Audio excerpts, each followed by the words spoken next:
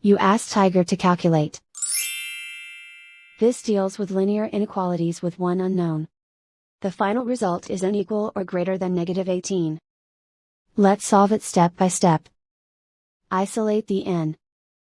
Divide both sides by -0.3. Whenever you multiply or divide by a negative, reverse the inequality sign.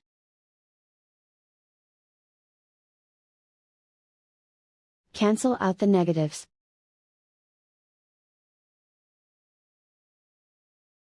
Simplify the arithmetic.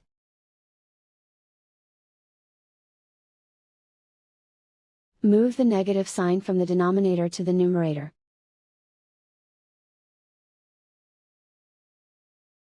Simplify the arithmetic.